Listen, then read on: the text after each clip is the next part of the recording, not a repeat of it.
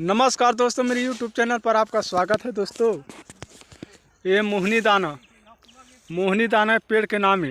एक दाना वो दिखाता हूँ। ये हरे मोहनी दाना, ये देकर फर ले देख ली। ये पूरा मोहनी दाना है। कोई भी लड़की बस में कर सकता है। और ये जंगल में मिल ही। एक नाम है मोहनी दाना, जो जड़ी बूटी की दुकान में मिलते वो वाले।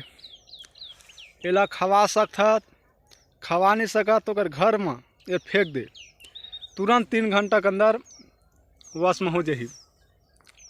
और एक मंत्र ला में लिख के डार। हाँ, ये मंत्र ला 3 घा पढ़ के खिलाना खिला सकता, नहीं तो अगर दरवाजा में फेंक दे तब वो वश में हो जाही। और ये चीन ले देखे मोहनी दाना ला, एक फर ला,